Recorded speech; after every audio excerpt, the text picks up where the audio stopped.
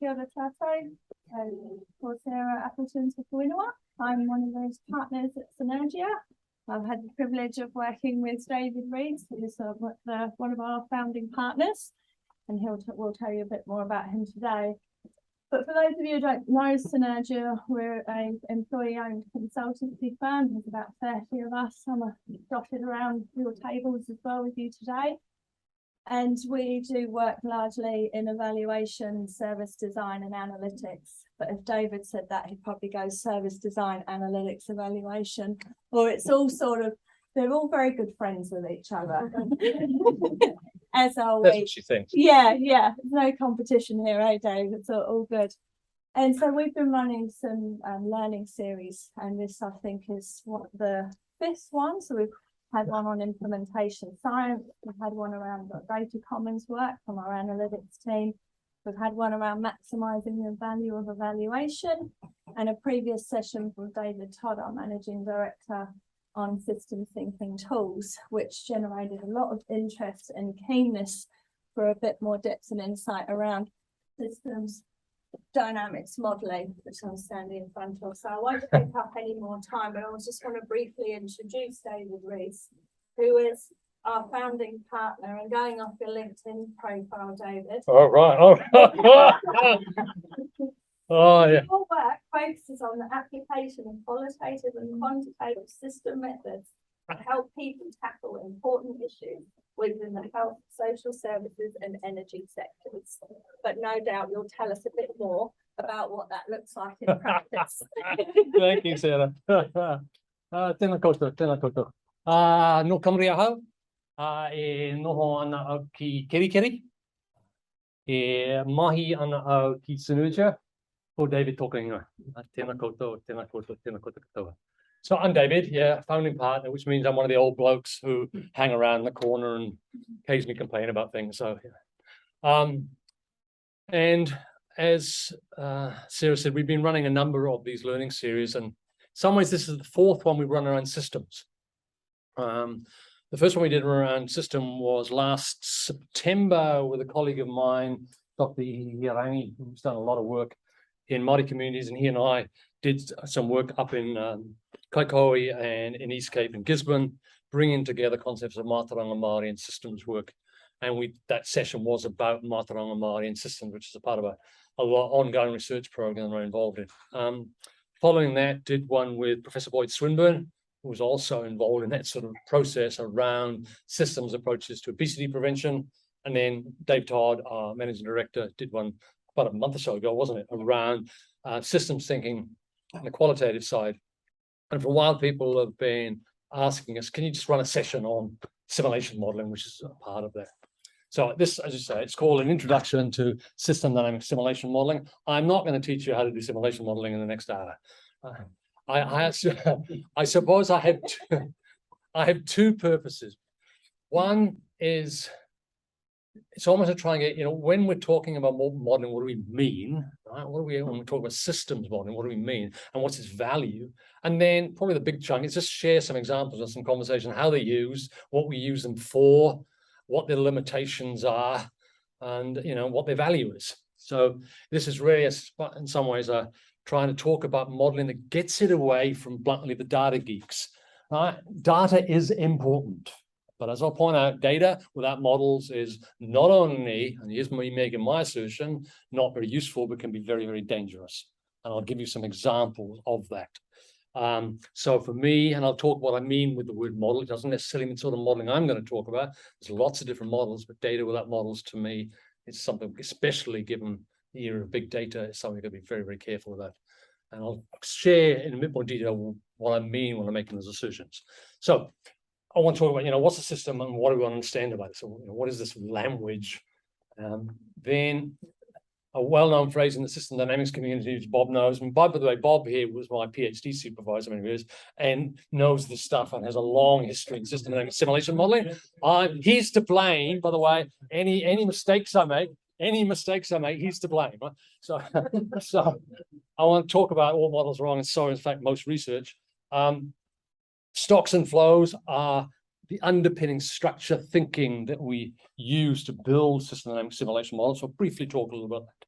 Then just a whole lot of examples, just show you examples that we've built over the last 20 odd years in different settings, mainly health, but I'll also show you one in the specifically around photovoltaics. And then just finishing off with, you know, I suppose really making sure we don't get carried away with the stuff and start pulling a little bit of the limits, whatever systems we use, whatever tools we use, that have got enormous limits to them, but if it's done well, it has enormous value. So very quickly.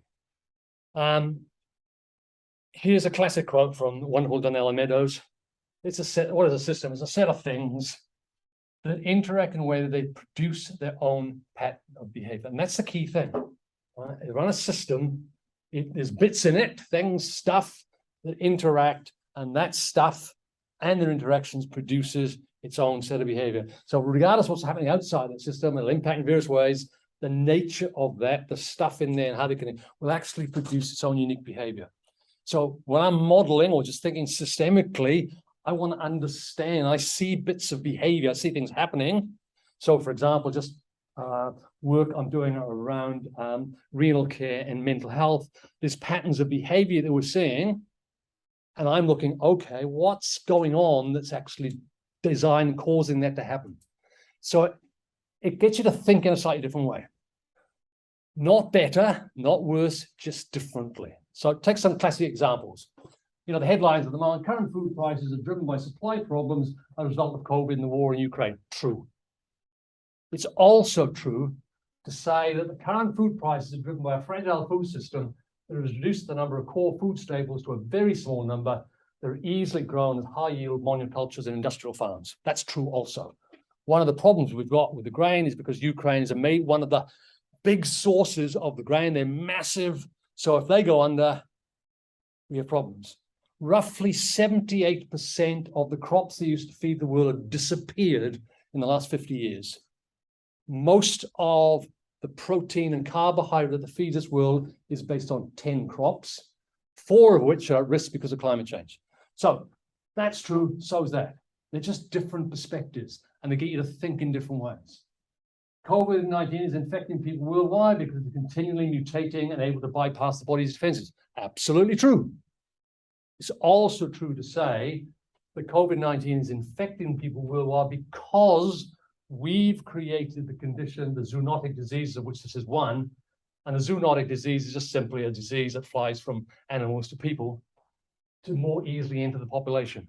The number of zoonotic diseases entering the human population is almost going up exponentially. So regardless of whether it was aardvarks or whatever, one of the reasons that came out of Wuhan was that the government had been pushing local people off their small farms so they could put the industrial farms, so they only can survive by 2 things, going closer and closer to the forests and trading in wild animals. So that's true, but so is that. It's not one's better than the other.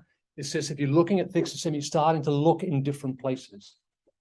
Consumer debt levels are high as a result of people spending beyond the means. Well, that's true. You get in debt if you spend more than you earn. But it's also, our economy couldn't survive if people didn't do that. Our economy is based on consumer spending, and you know, the growth that we demand our governments to keep supporting, that requires consumers to spend more than they earn. So we make sure debt finance is encouraged and made easy. Both, again, true. And just take the last one, people are overweight, because I'm working in the area of obesity, prevention, all the rest of it. People are overweight and obese there as a result of lifestyle choices. Putting some maybe brackets around the word choice for a moment, how free it really is. Yeah, people obviously, they make a choice, right? But it's also true that it's driven by their social economic context, exacerbated by the interplay between genes and the environment, what's called epigenetics. So environment doesn't change your genes, but it does change the way genes express themselves. So for example, you eat a high-fat diet and you live under poverty and you're stressed, your genes are actually going to act differently than somebody like me, who's white, middle class, and reasonably well off. Right? So when I eat sugar and fat, it doesn't affect me in the same way as it would some of the people over in Porirua who really are on the bones of their ass. And that's a fact too. Again, the point I want to make is that a systems perspective and the modeling that goes with it, I'm making no claims it's better than anything else, but I am saying it's different. And because it's different in a world out there is really complex, that's got to be good, so we can get different ways of looking at things. So Bit more then is back to Aldenella Meadows, interconnected set of elements that's coherently organized in a way that achieves something. So for me, a system is simply some bits or elements that are connected in some way or other with a purpose. That's what we call structure. So whether I'm doing qualitative stuff or modeling, I'm trying to understand structure. Because where I come from, all the bits in there, how they interact, and the purpose they're trying to achieve will deliver the behavior. And that's what I want to understand. So very quickly, so, this is an iceberg diagram, is that as consultants, we're brought in generally because people are responding to some event or some pattern. We see things rising or falling or whatever, they bring us in. Where I believe we have to go is we've got to go right on the bottom. So what's important to you? How do you see the world? The mental models is how we construct our understanding of the world to design structure. If we're talking, if I'm in this setting, if I'm talking in systems, I'm talking social systems. I'm not talking about physical systems. I'm talking social systems, and all social systems are designed by human beings. It didn't just happen randomly. Right? The health system we designed it that way. Not always consciously, but it's a result of the decisions and the policies we've made. So we have to come down here to try and move up, because we can react to events, maybe prepare. So in the hospitals right now, they knew a long time ago with the winter flu, and because of our immunity was on, they knew the volumes were going up with COVID, etc. So they've been doing a lot of preparation. So they were preparing for a pattern of events they knew was coming. Doesn't necessarily make it easier, but they at least prepare for it. If we're going to try and change that, we have to come down here, design something differently. So the way the model is constructed then, and model for me, the structure is those three elements, and how they connect all needs to be debated up front, because however you construct a model, what's in, what's out, what its boundaries are, reflects. I can see people writing, we'll make sure all this stuff's available, so we'll just flick it off to you. We'll set up that. However you design a system, so in simple project scope language, as soon as you say this is the boundary, this is in, that's out, etc., it's reflecting something of value. You're saying this is important to us. So not right or wrong, but you're also saying that facts, information, this information then is relevant or not relevant. And sometimes you change this because new information becomes available or doesn't become available. So there's like an iteration all the way. A system is not something out there which you can define in a purely objective way. Social systems, if you want to build a model, if I'm involved in the middle, it's going to reflect my biases, it's going to reflect my knowledge, my expertise, etc. So I have to make sure this goes on. Right? And the sort of elements. So I work a lot in health, right? So the element, the tangible, the doctors, the nurses, the beds, the patients, the equipment, they're bits of the system that we need to take into account. But there's also the intangibles, things like fatigue, pride, dedication, clinical expertise. All of these are important elements that we have to think about. Now, some of these for the people in the data, some of this we can count dead easy.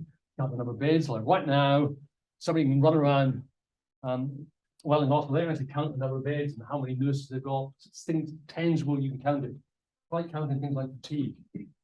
And yet we know plenty of evidence that things like fatigue, things like dedication and pride have a massive impact on patient care, the volume of patient care, infection control, etc., etc., etc. We know, we don't need to count it to know that. So how the heck do we actually bring this into modeling? If, for example, just taking fatigue then, worker burnout or something, we know is really important, but damn difficult to measure.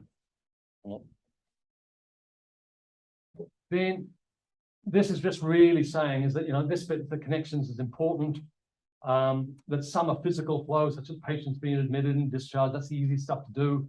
Some connections are the information flows that influence decisions. For example, referral criteria. So that's a sort of a model of how things should happen. And I work in Australia as well, and one of the big issues we've got here is I shouldn't be laughing because it's not nice. But around palliative care and referring to the specialist team. firstly defining what palliative care is, what specialist palliative care is, or lots of debate about that. And then secondly, on what basis do you refer somebody to a specialist? Right. Now, forget about the literature, forget about what we know. What really happens is I'm the clinician, I think, oh, I don't know what to do. I'll refer him to Alan. Right? And that's literally what happens. So you get a fight for resources because there are not any agreed referral criteria. It's very hard to tell a cardiac surgeon to say, no, you can't do that. Sorry, you need to follow these protocols, this criteria, and just stuff you. I'm a bloody cardiac surgeon and I'm going to do what I want. I'm exaggerating a bit, but not much.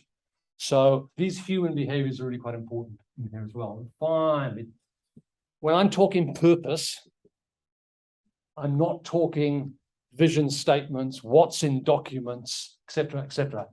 I'm talking about the purpose that's embedded in the design of the system. So just sticking with health, what's the purpose of the health system?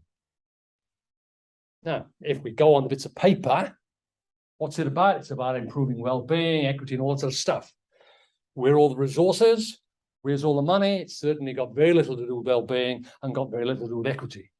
Right?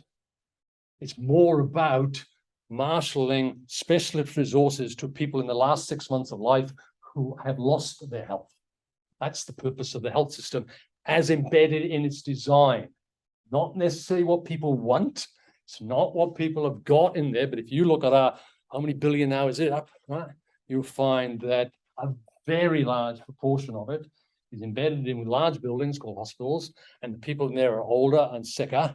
Most of the expertise and resources embedded in it as well. So from a systems point of view, the purpose of a health system is to actually provide health services or clinical services to people in the last few months of their life. Now you can debate the details around that, but if you just look at these, you're coming from another planet and you look at where all the resources are, and you look at what's going on, that's the focus of the health system. So when I'm using the word purpose, I'm not talking about aspirations. I'm not talking about what people have got in vision statements. All are important, but the design of a system is creating certain behaviors. So again, in a really practical way, working around diabetes, CKD, and renal. And I had a meeting this morning, and a part of that is how do we shift money? Because again, we know all the evidence around disadvantaged people, and we even know the economic argument, and we know the return on investment is really, really good. You've got people who can't control their diabetes for multiple reasons, can't afford pharmaceuticals, can't afford the co-payments they've got in GP, so they get sicker and all sorts of things happen. The investment that's quite small, the benefits are huge. Politics and actually shifting that is really difficult. Anyway, let's move. Right, all models are wrong. So let's start with this. And Bob knows this one, but I'm going to start with a even more contentious one. All most research is wrong too. I like being contentious, absolutely. And this is a wonderful paper. You should read it. Why most published research are false. And this was about successful medical research under controlled studies. So these are what are called RCTs, randomly controlled trials, et cetera, et cetera. For all sorts of reasons, most of the results out of those are false. And you can imagine the reaction of the medical fraternity experiment to that. So Bayer, who was a lot of this stuff, they did their own research on that and tried to replicate those studies. 2/3 of them they couldn't. Just couldn't replicate it. And that's not to say the research is bad. It's not to say, because these were really good research findings, but it's just putting a little bit of, in some ways, realism around all the stuff we do, and then we got to confront it with the real world. The same with models. So every single model I build is wrong, right? And as George Watson says, all models are wrong, some are useful, but I like Norbert Weiner's, the best model of a cat is a cat, right? But we can't, the issue is but the second part of George Box, some models are useful. So all models simplify stuff. We make assumptions about stuff. We strip things back. And if we do it well, that simplifying, that stripping actually allows us to see some things we couldn't see. And if I go back to, anybody, you want to read this guy? I don't know if everybody knows Nate Silver. phenomenal mathematician, statistician. He's got a website called 535, makes his money basically out of doing baseball predictions. But he also does the predictions around US elections. And his mind is phenomenal. And he wrote a book called The Signal and the Noise, The Art and Science of Prediction. If you want a book to really get in on it, you know, it's very well written. So a non-data geek like me really can get into it as well, but it's very deep. So anybody interested in this sort of stuff, worth looking at. All models are wrong, most research is false. So that's saying, when I'm doing modeling, I'm not modeling the real world. And I don't care how much data you've got, that data is not data about the real world. It's extracted from it, and how we put it together can be useful, but let's not, to take the other thing, you know, confuse the sort of menu with a meal. It's two different things. And just to finish with Nate Silver again, because I like the guy, you know, it would be nice if you could just plug the data into a statistical model, crunch the numbers, and take for granted it was a good representation of the real world. Predictions are potentially much stronger when backed up by a sound understanding of the root causes behind a phenomena. And simulation is just an attempt to do that. With all its limitations, when we're building a model, we're trying to understand what's going on that's actually delivering the behavior. And onto this one. Because of the work I've been doing in Māori communities around bringing Mātauranga Māori and systems thinking together, and I got contacted by the head of Moonshot Landings, Google X. They love their titles. I'm not kidding. That's his title. So these are Google X is the sort of research arm of Google, and they are interested in talking to us because a lot of the Google algorithms are being used in all sorts of ways, and they've been used in health a lot. So a lot of this stuff is being used, for example, to take all this massive data, and they've got all the expertise in there so that you can get information about people and then start firstly making some diagnostic predictions about their health, and secondly, making recommendations about treatment. Now, if you look at these algorithms, get up machine learning in it, so they get better and better and better. And what's happening in terms of the ability to end up recommending good treatments and good diagnosis for the whole population is actually going up. All cool.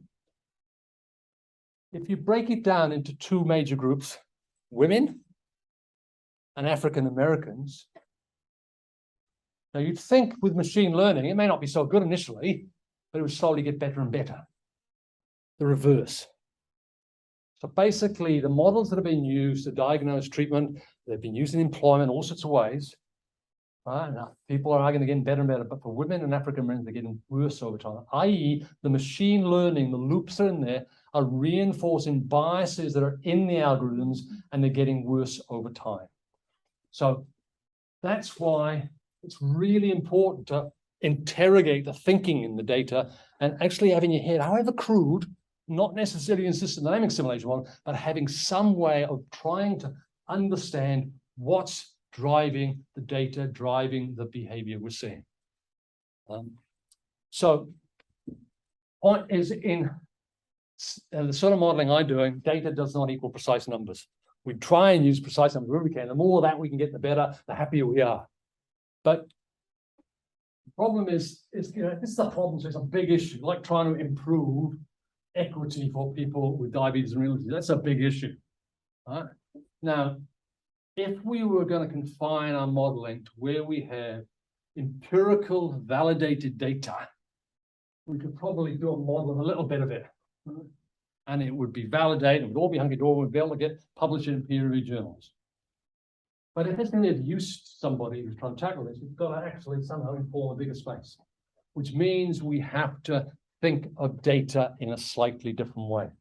I'll come back to that in a minute. So when we're modeling, yes, the numerical database, brilliant. The more we can get, the better. And we're always on the hunt for more and more numerical data. That's helpful. We also have the written database. That is what's in reports, what's in the literature, what's in the research. And in some ways, most important of all, is this, talking to what we call subject matter experts. So that could be a doctor, a nurse, it could be a patient, Or to quote Donella Meadows, people who are doing system dynamics would regard a series of conversations with mothers about their children to be as useful a source of information as 20-year time series on fertility data. So bluntly, most of the models I build have big chunks of data, which has to be quantified, otherwise it doesn't run on these computers. But essentially, it's qualitative data, which we quantify, right, to actually allow simulation. But it's essentially a big chunks of the data I use comes from here. Because if we didn't do that, and we just restricted ourselves to that, then we're there. And Jay Forrester, who was the father of system dynamic simulation, he said, if you leave an important variable out of the model because you haven't got good empirical data, you are actually giving it a very precise value. And that value is 0. So if you know, going back to the example, that's say motivation of staff or fatigue or quality was really important affecting, but you haven't got a way of measuring it, you've got no data, and you're leaving it out, you're saying it has no effect. So what we try and do is then talk to people, literally, what effect size you think it had, and run things between sort of boundaries. The reason that's there, limited regard for a system dynamics model developed by Jay Forrester and then a team after, led by Donella Meadows, which, correct me if I'm wrong, 73, 74, right over there. It's not a big model, right? And yet, it had the grandiose time of modeling the world, literally. It had all sorts of things, and it was not a big model. It was not a predictive model. It basically ran 12, I think it was 12 scenarios around things like resources, food per capita, industrial output, population, pollution, mortality rates, etc. And there's been at least 4 detailed studies of this model, especially one of the scenarios, which is called business as usual. Because there are all sorts of scenarios about better technology, being able to substitute technology to separate from GDP growth, etc. And the sad thing is, within the margin of error, we're tracking right on what was their business as usual scenario. More accurate than any other model by far. And yet it was a highly aggregated model. So the complexity in it was not the detail of the data, but the sophistication of the thinking. Okay, now, how do we build these things? Well, let's stop for a second. Before I just talk a little bit about the mechanics of how we build these models, any questions? And please do butt in. Yes, Bob. Yeah, thanks. Great overview of that. Your particular approach and general approach to modeling is still using data, which is not quantified. That was one of the major differences between the econometricians and the system dynamics people in the early economic stuff. They were based on what was statistically available, and all based on that. Of course, system dynamics people, like the economic influence study, incorporated information, a wide range of sources, people, communities, etc. I just wanted to make a point about Limits to Growth. Now, Jürgen Randers, the guy from Norway, who was one of the co-authors of Limits to Growth, he's just presented a 50-year, bizarre, 50-year sort of update at the conference this year. Sarah, we're talking about the conference, System Dynamics Conference in Frankfurt in Germany. He presented, he's a keynote speaker there, presented 50-year overview of the early work and their progress, their update over time. And as David said, the business as usual scenario was projected way back in 1973. With this work. And all the key indicators would bang on them, unfortunately. So yeah, they were using data, which was, if they restricted themselves to quantified data at the time, then they would have been stuck in one of those little holes that you mentioned. Absolutely. Diagrams. And they would have got nowhere near where the world was going. So that model is built of these things called stocks and flows. This is essentially the central architecture of all the models we build. A stock is just one of those elements. Remember elements, connections, purpose? Well, elements, one of it is a stock. It's a thing that you can feel, touch, measure. If we stopped all activity right now, we count it. Right now, we're a stock of people in this room. Number of patients in the beds in Wellington Hospital, et cetera. But also, you know, there's things like capability. You know, if you can think about it, what's the level of capability? But you can't change a stock directly. Every single stock is the sum of everything that's flowing in and less everything that's flowing out. So if you want to, if this stock's important to you, you have to understand what's contributing to it and what's flowing out of it, because they're the only things you can change. For example, the patients. If you want to, if you're, oh, I got far too many patients in the beds. Well, you know, let's assume there's no deaths here, right? Let's people are not dying on site. Right? You either reduce admissions or you increase the discharge. Nothing else you can do. Right? You've got to. That's the only way you can change the number of patients. There is no other thing you can do. And it's really great since I'm going back now. Oh, cool. I'm going back to 95. I was working at Waitemata DHB, and we were doing some modeling around, and it was very basic then, around which department it was. I think something with inpatients. And I literally did that. And I said, okay, now, without using any other words and no other complexity, if we want to reduce that, what are we going to do? And they're all dumbfounded. And then this whole guy, I can visualize him. He was a retired, he was a pediatrician. In his blunt old language, and I won't repeat exactly the language he used, but he said, oh, you bugger. So all we've got to do is change the ratio between that and that. You tune in perfectly. That we basically, if you want to change that, you've got to do something about these. Same with money in your bank account. If you want more money, what are you going to do? You've either got to put more in or take less out. Ain't any other you can do. Staff. How do you think right now of the health sector? Right. We did some modeling with the health workforce in New Zealand 10 years ago. And it was a bit more than that. Well, but essentially, you know, because in health, to join people, there's a long lead time. And you go, where do you start? You start when they enter med school, or do you start when they're in secondary school? Depending on your start point, there's many, many years before you get to somebody actually on the front line caring for patients. And one of the reasons we're so obsessed with actually bringing people overseas is because, bluntly, we've been absolutely abysmal at actually doing that stuff, which is much longer term. And of course, what's happening is because of this sort of stress, going back to that idea of burnout before, this number is increasing. So even simple little diagrams of that can start a very powerful conversation. So even before we get into numbers, before we get computers and all the rest of it, a simple understanding of a stock and a flow can actually lead to some interesting conversations. So what's in the model? There is the stock. It accumulates over time. In the technical jargon, it's the sum of the net flows. That is, it's the sum of all the inflows less all the outflows. It's an ongoing process. So this is like an activity.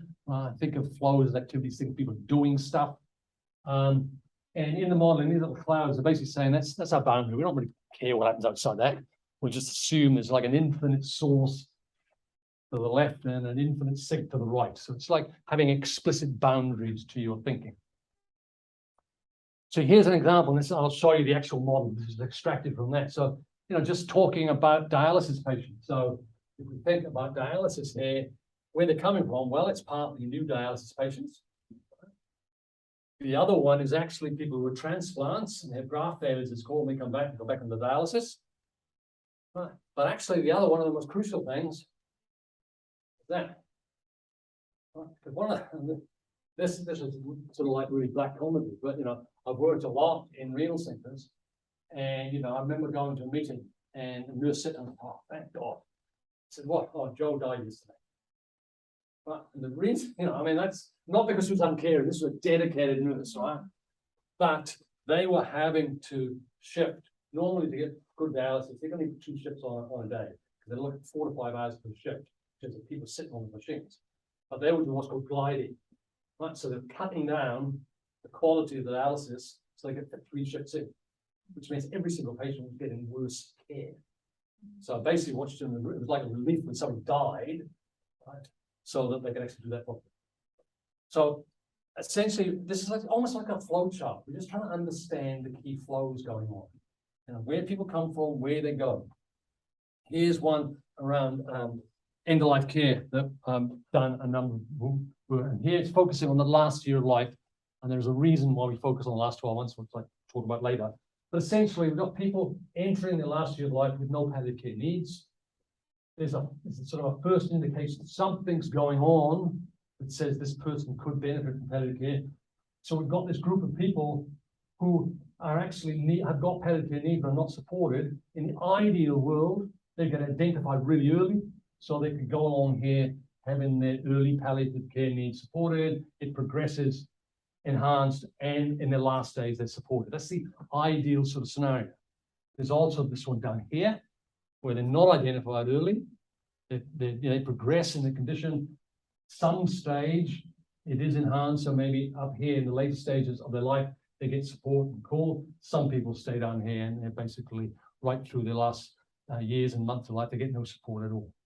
So we'll use this because it's starting to talk about, well, if we're going to manage, these are the intervention points. It's starting to identify, well, if we are going to improve palliative care, you know, well, do we know who the people are entering the last year of life? What do we use? What criteria? How do we actually identify? Because while there are, again, written protocols and criteria how you do that, often the person who's confronted with first is a GP, and that GP often doesn't know how to do it, is uncomfortable doing it, and all the rest of it. So there's sort of technical, clinical stuff in there, but there's also human behavioral stuff. So even that can structure a conversation about where should our interventions be. Okay. And Bob, don't say anything. Because he knows the answer. Well, maybe not. Okay, so I am going to, right. And the point of this is, the wrong one. I'll show you that one a bit later. Okay. The point of this, I just wanted, this is an extremely simple model. But I keep forgetting, PowerPoint doesn't allow you to.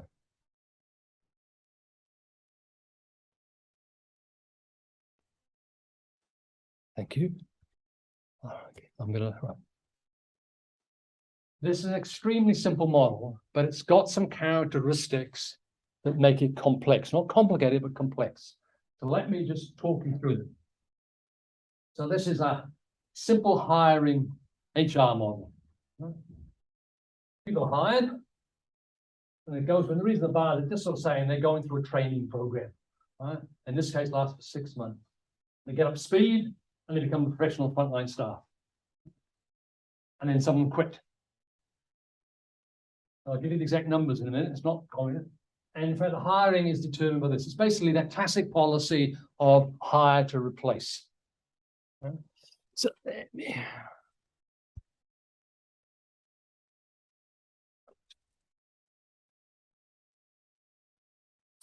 okay. Now, a little bit of maths for you, right? I'm not worried about it. We've got 60 people in here, right? Over time, 10 people quit every month. So given that you only hire to replace either hiring is quitting, if we're quitting 10 a month, how many are we going to hire a month?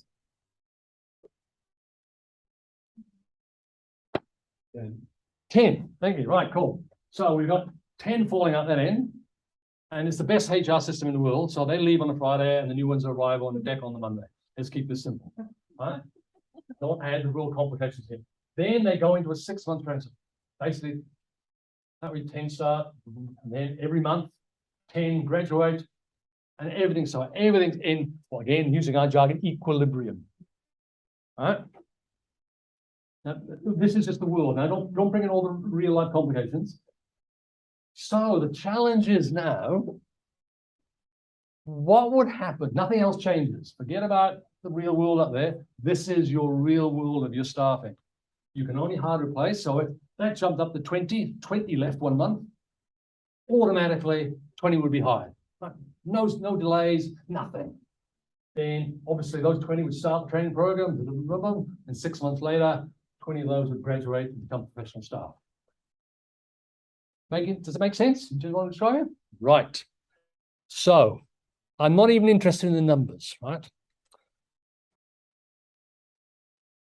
Now, this is the graph of the professional staff. So you see all starts the same. So basically going on, all hunky dory, everything is flat, 10 people leaving. Suddenly at month 3, 15 people leave. And for every month thereafter, it's 15 people leaving. So first question, the Monday after, how many people are we going to be hiring? 15, cool, yeah, absolutely. So is it, in terms of this group of professional staff, is it going to drop, and lay down here? Or is it going to drop, and then maybe recover because we're hiring more people? Or maybe it goes out and just because we're losing 15, it's going to drop all the way down here. What pattern, again, I'm not worried about the exact number. What pattern is, and you know the answer to this because you'd be quite good. What number, what pattern of behavior is the stock of professional staff going to follow? Who's going to vote for A? Who's going to vote for B? And don't put no, come on, don't abstain. You're going to vote for B. I'm interested in A because I thought when Okay. I first looked at it, I thought, well, you're going to end up with 50 staff. Okay, right. So you're going for A. Anybody else going for A? Okay, we've got at least one for B. How many for B? Nobody's going to vote. Come on, again. Right. How many are going to vote for C? Right. Okay. So, okay.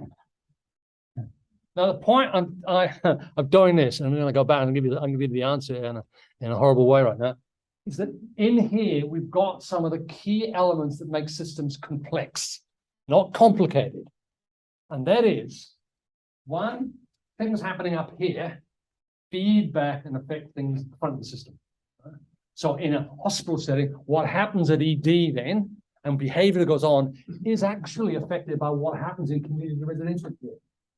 It flows back because people can't get them out of inpatients, can't get them there, and you can't move people out of ED into inpatients, so it flows back up. So one of the complicated things is same principle. Things happening downstream in the system affect what happens. And I hate sometimes finds that difficult to actually do. The other bit, I put a delay in the system, right? Doesn't mean something they quit, they hire, and suddenly we've got more professional staff. Oh, we've got this 6-month delay in here. Those two features make systems really hard to predict what's going to happen when you change one variable, right? And I'll put you in on the spot because it's hard, but even a simple model, right? No complicated math. Oh, I don't know. Your head goes, oh, well, I've got this. You're trying to model. So before even something else, and yet, how many meetings have you been in when something, all we've got to do is this is the answer in a complicated health system, just do this and we're fine. Sorry, we'll ain't like that. Not to say their recommendation is wrong, but needs a little bit more scrutiny. So let's go to the graph and, okay, Devin, explain why.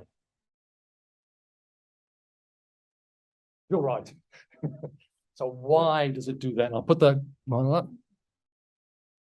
So I got to there by thinking about what happened in the model at first. You opened it up and I thought, but you only end up with, you said you had 60 staff, and I looked at it, but no, you don't. You had 50 because you never get them back in.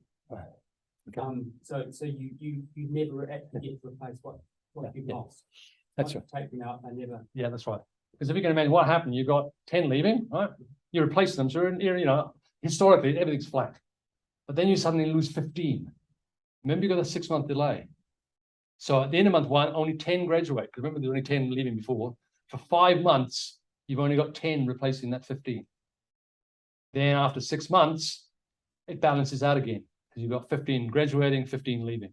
But you never ever manage to recover. And that's why, except under one circumstance, which is when things don't change, if you have capped staff on a hire to replace policy, you will always, we talk in system, we talk about the physics of the system. Right? The basic physics of the system means any organization that has a hire to replace only policy will always, except in that one circumstance where nothing changes, will always be short-staffed. It's just the way just the way the universe works. That simple model that is reflected in organizations, it's reflected in government departments, and every single organization that has a hard Actually, replace. vacancy, a negative vacancy. Oh, absolutely, My- yeah, it's my yeah, budget and yeah, how yeah, it's balanced. yeah. Just one, Great. just take a comment. Yep. I think can you go back to the diagram, Yep, just to, for what you're saying about, complex. Yeah. Rather than complicated. In that diagram there, what you haven't shown, obviously, you don't need to, it's a stop and flow diagram, is that there's at least, there's a big feedback loop operating, from hiring through to fitting. Yeah. And then back to hiring, that's a feedback loop. Yeah. There's also a little feedback loop operating between professional staff recruiting and back again. Yeah. There's another one up to speed with trainee staff, and within the trainee staff, because it's a series of, different activities, there's a series of minor feedback loops operating within that. Yeah. So there's at least 3, 4, 5 Yeah. feedback loops operating in this one diagram. And Jay Forrest, David was talking about it, well, based Barbara, so any more than 2 or 3 feedback loops, it's almost impossible to actually think through the dynamics and understand what's happening. Yeah. That's why everyone's had such a difficult time Yeah. here, Yeah. understand the dynamics. that Yeah. we can come on to. But, in general, cool. yeah. So what I'm going to do, you'll have these slides, so I'm not going to do this exercise. Here's what I was going to get you to do is use some stocks and flows and think about the stocks and flows that you put in there for diabetes, but I'll jump that. Here's something down. This is work I did in 2003. And this was around what became known as the Let's Speak Diabetes program. Had a conversation with Brandon O'Walker and the clinicians, and we thought, how are we going to manage, because they were going through a whole redesign of diabetes. This was the first diagram we drew. That when you got a healthy population, you've got the at risk, you've got asymptomatic symptoms. That's how we started. Right? No numbers in it at this point. This was just how do we even think about it? Now, believe it or not, that was a big shift because people like Brandon, wonderful clinician, as he admitted, I was just focusing on the patient in front of me. Wasn't thinking upstream. So what we did then, we took that simple thing and said, well, look, if we're going to then look, we've got a protected population, as we call them, we've got a vulnerable population, afflicted without complications, afflicted with complications. We modified it slightly to make it broader. Actually, if we're looking at diabetes, we could get involved in things like community leadership, urban design. At that time, there was a link between counties and Housing New Zealand to actually start looking at housing. Things like social marketing, industry accord. In fact, we were talking about it earlier. One of the great breakthroughs was that we got McDonald's, I'm talking 2004 now, to actually agree that the front default setting when somebody asked for a Sprite, wasn't it, would be the sugar-free version. So that was quite a major sort of shift in those days. So suddenly what happened is that diabetes wasn't just about clinicians managing HbA1c, which is sort of a measure of blood sugar levels, but it became a program that was looking at all these. So they developed relationships with Housing New Zealand at the time, with industry, etc. And we started to look at a 5-year action framework. That then allowed us to develop some simulation models. Now, all this detail in here, all that stuff is just simply numbers and rules about affecting how, in this case, somebody who's undiagnosed, asymptomatic, it's got diabetes, but they haven't got symptoms, how fast they will develop from undiagnosed population into symptomatic. Right? So using literature and all sorts of things, how fast will they move along? And this slot is just saying what percentage are going to be undiagnosed and become diagnosed. That was important because those who were undiagnosed, and in those days, if I remember rightly, because our diagnostic rates in diabetes is quite high now. At the time, I think we were working on around about 35–40%. It's way up in the 70s and 80s and even higher now. But the important thing is that speed along from somebody who's asymptomatic to actually got chronic diabetes with all the complications that go to it. If you're up here, you're undiagnosed, bluntly, you're going to move along a lot faster than you are going to be down there. So what that allowed us to do, let's see if I can.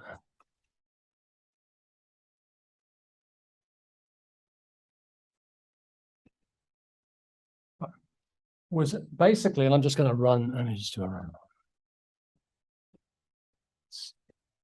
And I'll just put that number on there from Control D. Was start, run assumptions And this was, in this case, the undiagnosed symptomatic diabetes population, Māori. This was the projected number. Now, not to say even then it was the right number, because we could actually play around with, what have I done? That's undiagnosed symptomatic. You know, all I've done is I've just changed the number, which is the rate that people are being diagnosed, and it has an effect, right? So the important bit when we're working to try and understand what the leverage points are, is we can say, well, actually the data is not that precise, especially in terms of the horizontal. We've got rough ideas.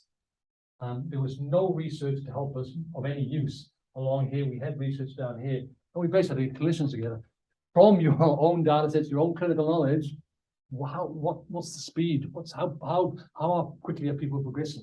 So most of that early data was going to that funnel I talked about, was basically subject matter experts informing, well, I think it takes about this time. Oh, and I read a research paper that said this, just trying to bring it together. And the point is not necessarily that's exactly, sorry? It shows you the independent. Yes, correct.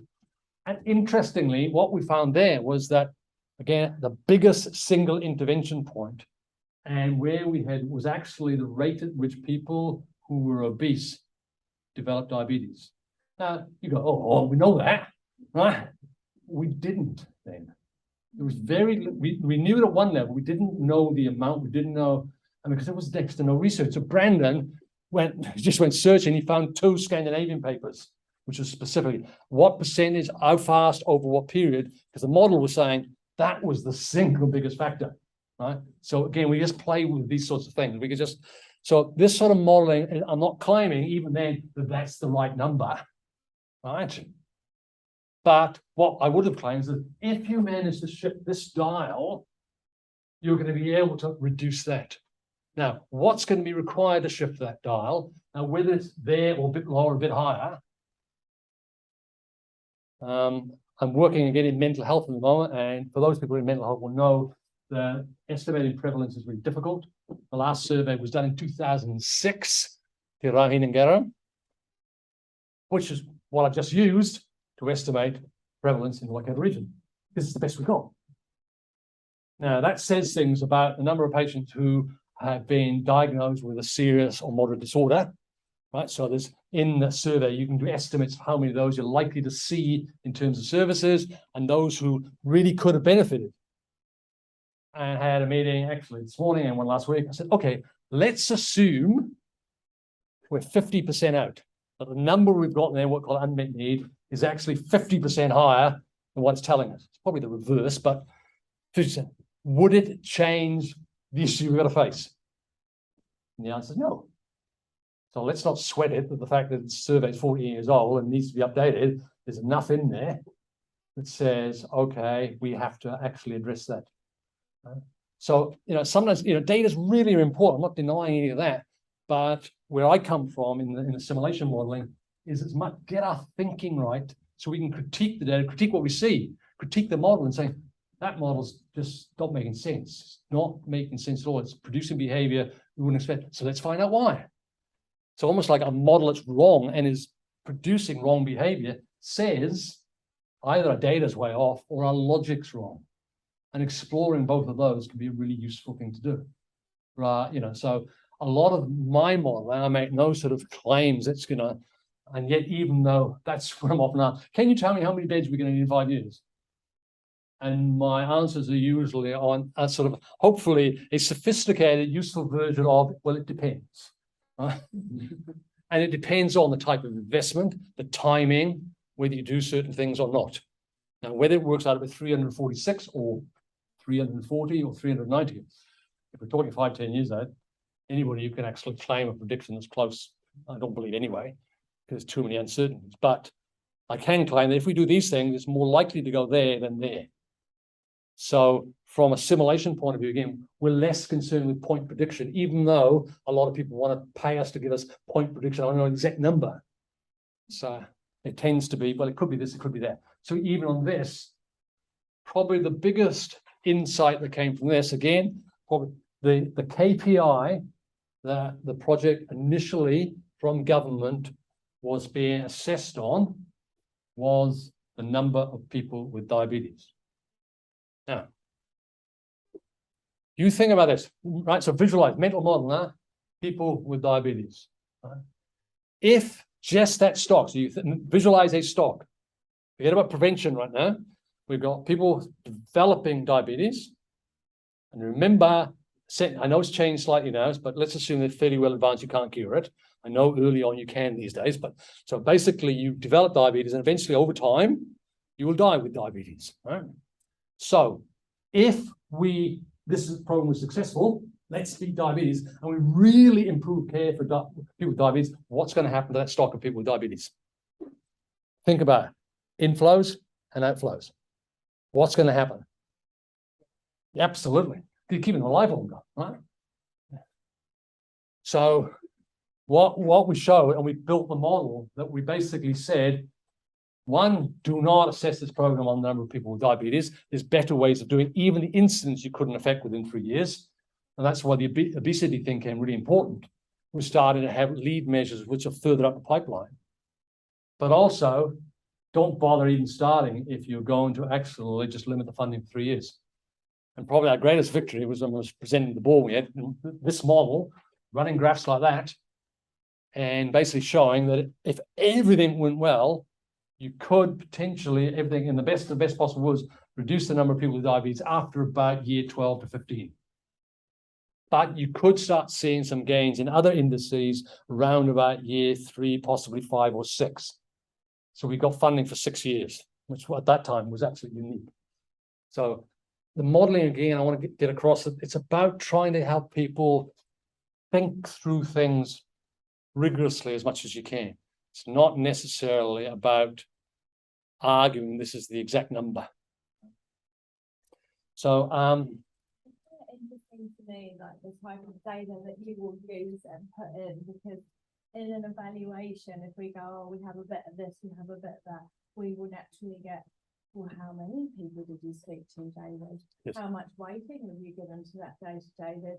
What about that survey from over there? Right. What about what young people are experiencing down the road? okay. How do you So- navigate some of that? So let's take this one across here, because that one I did was the random recognition. It was more data that people were confident in. This one here was not. So the answer, who did we talk to? Well, we talked to your senior clinicians, and we actually talked to people a little more open, and there was a guy from Waikato as well we talked to get their estimates of what they're. We also looked at this research and that research paper. And the other thing is that because we can do that, we can run what's called sensitivity analysis, which is a fancy word for saying, let's say people think the range of going from here to here is 10 years, but some things it's lower at 8, some things lower at 14. Literally, I can just press a button and literally within a couple of seconds, it will run 100 runs doing a random distribution between 8 and 12 years. Right? And you can say, well, does it really make any difference? So not to deny, because you do get a challenge. It's more about doing this sort of work. The challenge I have people want more and more detail. People think more and more detail is going to give you more and more insight. And in some cases, the reverse happens. You get lost. To go back to Nate Silver's, the signal and the noise, you get caught up in the noise of all this data that you can't make sense of it. Going right back where I started, models are simplifications. You have to. And the more detailed the model gets, so a model like this looks, can we look, if I go out, it can look, quite complicated. And at one level, it's complicated in terms of detail, right? There's lots of stuff going on. But if I just zoom in, yeah, but- Just a smidge. yeah, isn't it? Right. If I just zoom in here, for example, right, all this is, some people are age 0 to 4 and they're not obese. Right?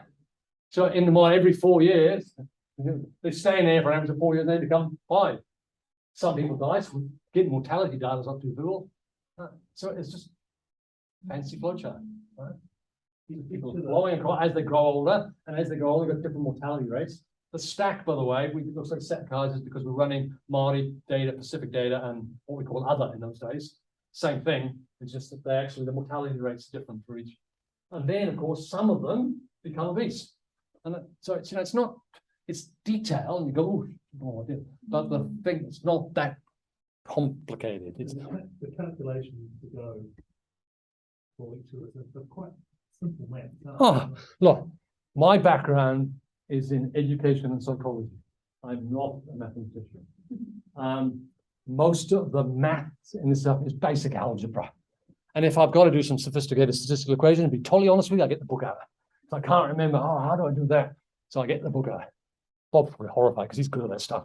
I'm just, to me,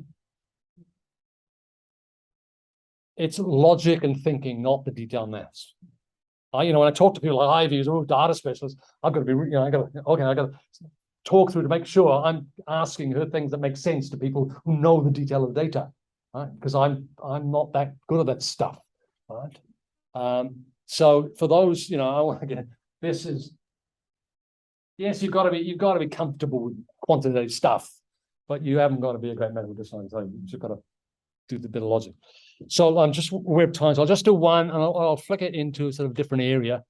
Let's just let's do this one. Okay, totally different area. Hold on. I worked with the Centre for Sustainability for about 5 years on a major research project, and it was all about transition, obviously, in terms of climate change and energy use. And one of the things was around photovoltaics. In fact, we had a meeting with ICA this morning.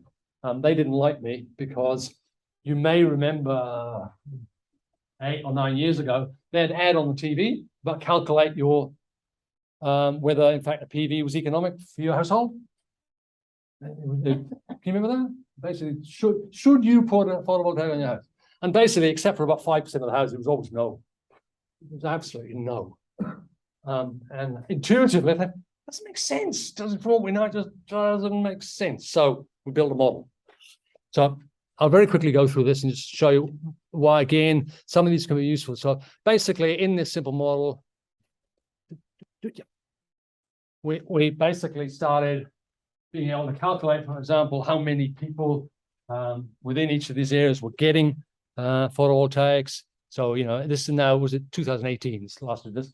So at that point, it was 2,863 people with them on the roof. We could also then say, well, okay, well, what about different areas of the country? Let's just take, let's take Wellington. And let's take Northland, where I'm from. And let's say good old sunny Nelson. Yeah. So what you've got here is that this is the number, right? And that's the percentage. Wellington, Nelson, Northland. Yeah, so basically you can see, obviously, Wellington's got more, right? Because better population. But good old Nelson, in terms of percent of the population taking it up, I got much more, right? But the really interesting thing was, I'll just go to the last bit. Right. Is it worth putting a PV? Now, remember, my data's now, this is 4 years old, right? Is it worth putting a PV? So this is an economic model of actually doing what's called net present value. And I'm just going to quickly just so based on the default, let's not put Auckland, let's put Wellington in. You guys. Right. So on the base data, that at that time, it will cost you round about £7. That seems too high. Let me just. That's right. Scenarios off, yeah.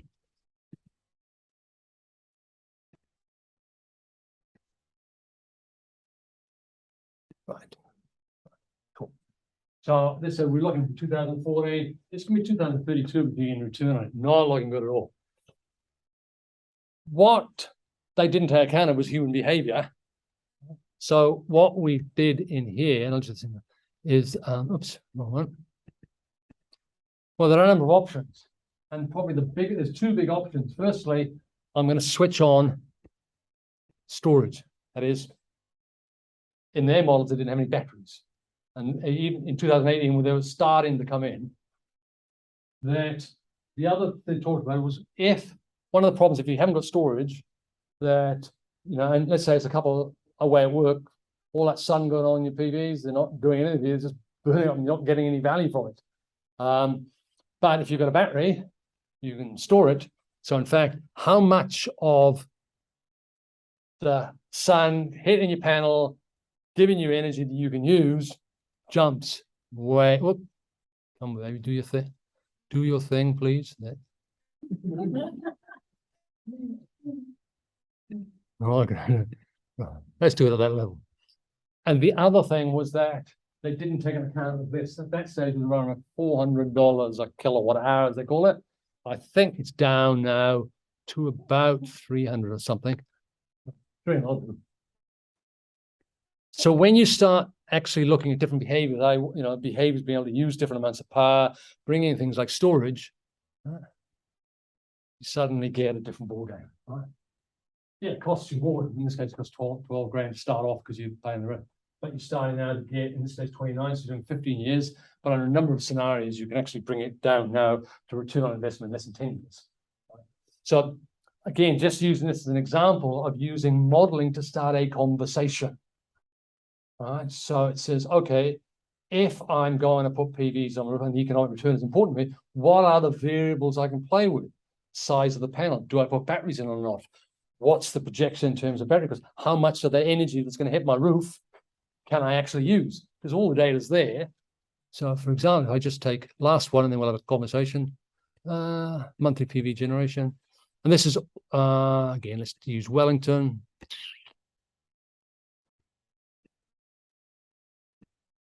Hold on, right. So as you can see, now the interesting thing here is this is, where are we? This is winter right now. Auckland, you can generate a lot more energy, but as an ex-Aucklander, being from Te Tokara, is that actually in the summer months, you generate more energy in Wellington than you can in Auckland. Believe it or not, the sunshine hours over summer are higher in Wellington than they are in Auckland. So, this is just another example of just, again, where the thing I get passionate about is that my background is in psychology and education, is that for me, models are really powerful tools to engage people in useful conversations. I'm much more interested in that than I am saying, is it 342 beds or 346? Well, going back to what I said before, that depends. So to me, in the complex world we live in, we need multiple tools, we need multiple different perspectives on things. No one perspective, whether it's IDI, whether it's deep data, or whether it's system dynamic modeling, is going to give you everything you need to really come to grips with stuff. So the more multiple perspectives we get, the better. To me, modeling done well is one of the, for me, very, very powerful tools to actually up the ante a bit in saying, okay, let's have a real rigorous conversation about this. We're seeing that's really what's causing it. And ultimately, with all the challenges and difficulties in actually attributing causality, we have to go there in terms of trying to understand it using the best data we got. But keeping in mind, for me, data is conversations with people, research literature, and empirical data that's sitting in databases. I don't give privilege to any one of those three because I think they're all equally important.